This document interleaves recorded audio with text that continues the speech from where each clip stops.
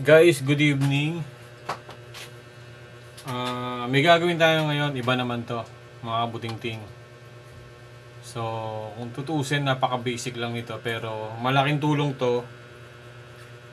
Lalo na ngayon sa atin, sa panahon natin, lahat ng gamit natin puro ano na, high-tech na.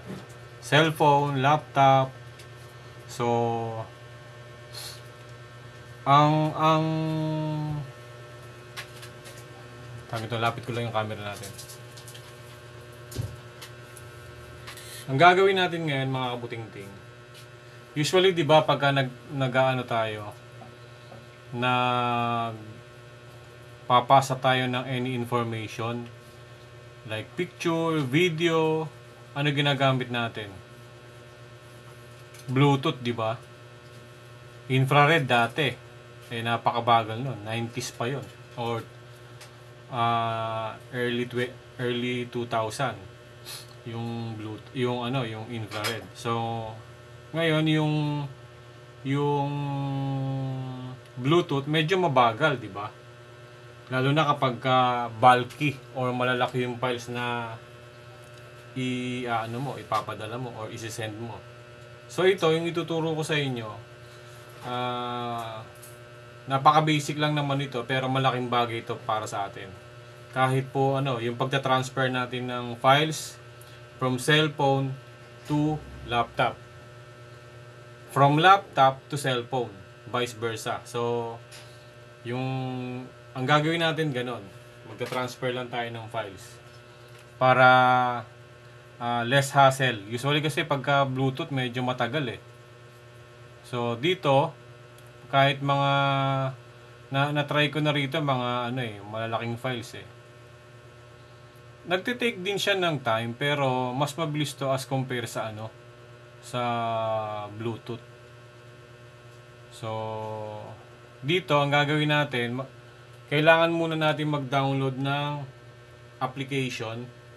So, tuturo ko po sa inyo. Pasensya na po at iisa lang po yung yung wala po akong katulong dito eh. So, gagawin po natin, mag-download tayo ng iano ko lang po. Buksan ko lang tong ating yan. Pupunta tayo sa Play Store. Hindi ko kasi to phone eh. Phone to ni Commander. So hindi ako familiar dun sa mga niya. Ayun, Play Store. So pwede rin po to kahit na iPhone or any Android phone, pwede rin po. Laptop, pwede rin naman. So, yun. Nagre-reflect yung natin, ilaw. So, gagawin natin, magta-type po tayo dito ng type nyo po, send anywhere. Send anywhere. So, yan. Zoom natin. Yan. Type nyo lang po yan, send anywhere. Yan. So, kung ano yung makikita nyo dyan na send anywhere, ito. Download nyo lang po yan. Or install. So, install po natin. So, mag-i-install po yan.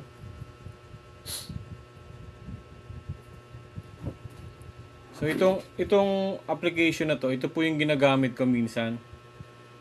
Kahit po malayo, kasi ang bahay ko po, pag nagpapasa po ako ng files, andito ako sa baba. Tapos yung pinagpapasahan ko ng files nasa taas ng bahay namin. Kaya niya po yun. So, kahit iwanan mo na lang, okay naman po siya. So, try natin. So, naka-open na po tayo nakapag-download na tayo ng Send Anywhere. Try po natin buksan si Send Anywhere. Hanapin natin. So, ito po siya. Ayan. Click nyo lang po yung apps na yan. So, welcome to Send Anywhere. Terms and condition, accept na lang po natin. Yun, meron po doon, terms and condition. Unzoom natin yan. Tapos click nyo lang yung confirm, then continue. Ayan, nakalagay po dyan, allow send anywhere. Yung ilaw po kasi natin medyo nagre-reflect. Yan, allow send anywhere to access photos, media, and files on your device. So pwede nyo allow, pwede naman mas maganda i-allow nyo na po kasi mag-send tayo ng natin eh. So don't miss new updates from send anywhere. So not now. Yan. So ito na po siya. Yan na po yung itsura ng send anywhere niya. So ang gagawin po natin, itong cellphone na to ang magse-send ng information or ng, let's say, video or picture. Try po natin i-send dito sa natin. Diyan sa computer ko. So yan. Magta-try tayo dyan. So ganito po yan.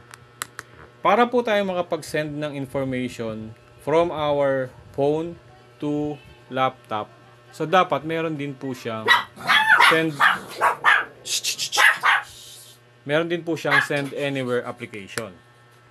So niready ko na po yan, yung send anywhere application dito sa laptop. Pasensya na po, medyo malabo ang ating camera. Yan, tatapat ko na lang po yan. Yan, tatapat ko na lang dyan. So niready ko na po itong laptop ko. Actually matagal na po naka-ready na yung laptop. Meron na po yung send anywhere application. So matagal ko na siyang ginagamit. Gagawin po natin, so kung wala pa kayong naka-install na send anywhere, type nyo lang po sa Google nyo. Type nyo lang yan. Sample lang po tayo. Send. Yan. Maganda po ito mga kabutingting. Napaka-usable po sa akin ito. Kita nyo po ito, yung nakalagay, send anywhere PC. Click nyo lang po yan. Kasi PC yung gamit natin eh. So nandito tayo. So nakalagay dyan, download, send anywhere, yan. So sample, download natin. Yan, mamimili ka, yan. Since computer ang gamit mo, hindi pala kita. Yan, kita natin konti. Yan. Since computer ang gamit mo, download natin. For example, dinownload natin.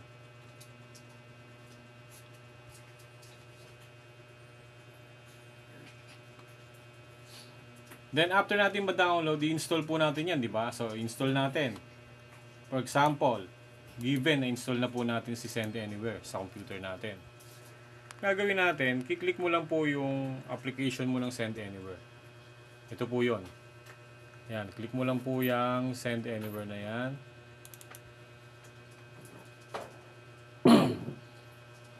Click mo lang po yan.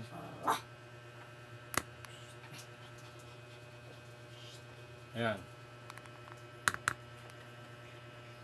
So, naka-open na po yung program ng Send Anywhere, di po ba?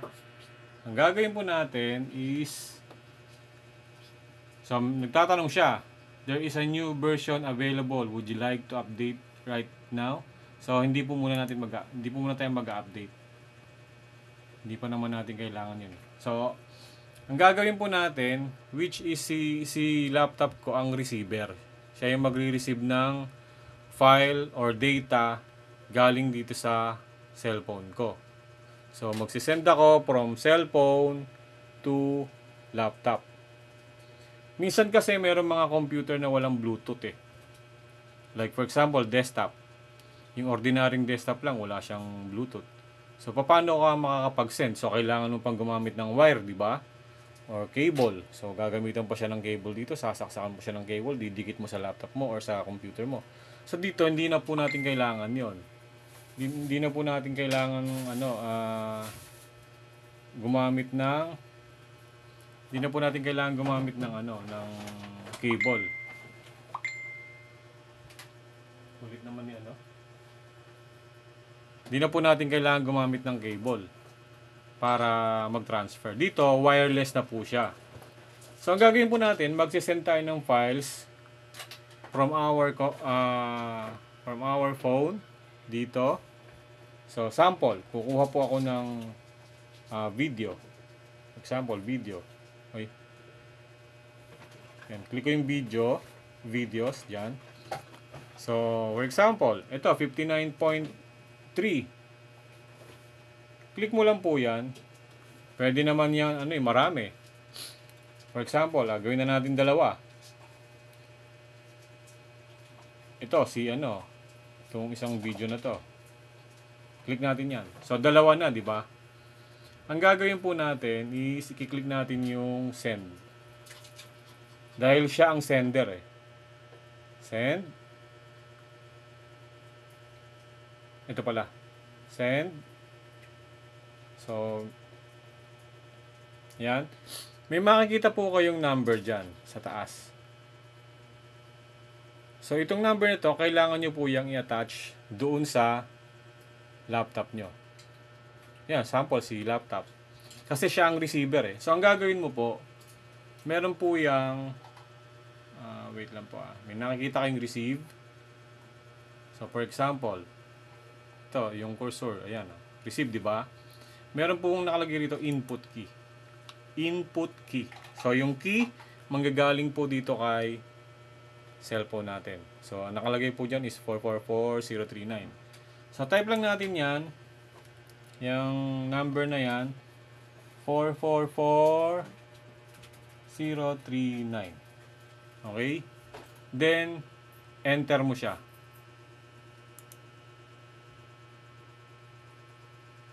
So, ayan.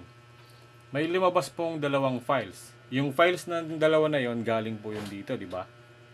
So, after nyo pong makita yung dalawang files na yan, sa baba po niyan, may makikita kayong parang download. Using ko lang po yung camera natin. Sa baba po niyan, ito, kung nakikita nyo po yung download na yan, click nyo lang po yan. Yan. Click lang po natin yan. Click natin sample. Click the download button. So, makikita nyo po yan, magpa-process na yan. Yan nagda-download na siya. Yung files na yan, galing po yan dito sa phone natin. So, kahit gaano po yung kalaki. Yung files. Pwede tayong mag-transfer. So, kung napansin nyo, ang bilis lang Una kasi, hindi naman din ganun kalaki yung files 80 MB lang. Pero, na-receive niya kaagad. Tingnan nyo po. So, na-receive na ni laptop. Ayan po. Click natin yung folder ito. Kung saan siya pumasok. So, ito na po yung yung naka-highlight na yan. Yan na po yung files na sinend natin galing kay phone. So, ganun lang po siya kabilis. Ganun lang po siya kabilis mag-transfer ng files. Hindi mo na po kailangan ayan, yung mga alaga akong maiingay. Kita nyo? Yan yung mga maiingay sa video ko, yung tatlo na yan. Yan, yung tatlo na yan. Maiingay yan. Lalo na pag may mga customer tayo na bumibisita, magpapagawa ng computer, yung tatlo na yan. Yan po, yung tatlo na yan. Ito po si Jollibee. Ito si Shopee, yung nasa gitna, yung white. Then ito yung nanay nila, si Summer. Yan, yung tatlo na yan. Yan po yung maiingay kapag nagre-record po ako. So, pasensya na po sa inyo kung minsan madalas na maiingay sila. Gusto lang nilang magpapansin sa inyo. Anyways, ganun lang po.